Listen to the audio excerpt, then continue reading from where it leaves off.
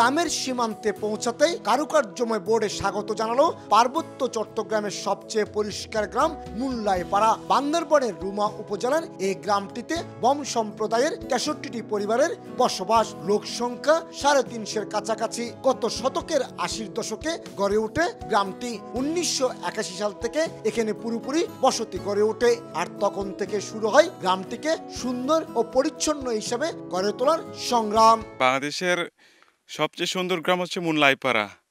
আর এখানের পিছনের রয়েছে অনেক মুরব্বীদের অবদান। কমিটি আছে, কমিটির মাধ্যমে আমরা সুন্দর গ্রাম পরিষ্কার রাখার জন্য সবাই মিলে আমরা মিটিং করি। নিজের আঙ্গিনা বা নিজের কম্পাউন্ড বাড়ির আঙ্গিনাগুলো সব পরিষ্কার কাজে আমরা সবের দায়িত্ব দিয়েছিলাম। 40 বছর আগে নেওয়া সিদ্ধান্ত অনুযায়ী গ্রামের প্রতিটি বাসিন্দাকে প্রতিদিন অন্তত 10 মিনিট করে পরিষ্কার পরিচ্ছন্ন কর্মসূচিতে অংশ নিতে হয়। বাড়ির ময়লা আবর্জনার পাশাপাশি রাস্তায় পড়ে থাকা ময়লাও তুলে রাখতে হয় বাড়ির সামনে স্থাপন করা ঝুড়িতে। আর রাস্তার দুপাশ থেকে শুরু করে বাড়ির উঠানো ফুলের গাছ লাগানো এখানে বাধ্যতামূলক। পাহাড়ি জনগোষ্ঠীর অন্য সম্প্রদায়গুলোর মতো এখানেও মেয়েদের যেমন সন্তান পালনে ব্যস্ত থাকতে হয়, তেমনি জুম চাষ কিংবা জুমের ফসল তুলতে অগ্রণী ভূমিকা পালন করেন নারীরা। লোকসংখ্যা তুলনামূলক কম হয় দিনের পুরোভাগেই এই গ্রামে নীরবতা বিরাজ করে।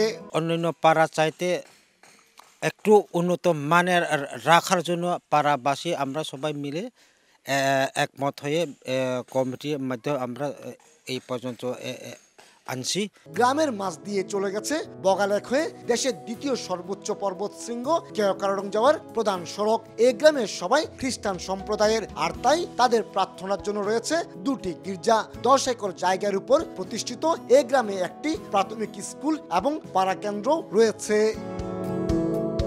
একেবারে ছবির মতো পরিপাটি গ্রাম এই মুল্লাইপাড়া, যেখানে কোনো যান্ত্রিক শব্দ ভেসে আসে না। এখানে মুখরিত হয় পাখির কলকাকলি। 1981 সালে শুরু হয়েছিল এই গ্রাম তৈরির কাজ। 83 সালে পূর্ণাঙ্গ রূপ পেয়েছে। আর দীর্ঘ 42 বছর ধরে সে ঐতিহ্য ধরে রেখেছেন এই গ্রামের বাসিন্দারা। বান্দরবানের রুমার মুল্লাইপাড়া থেকে কমল দে, সময় সংবাদ।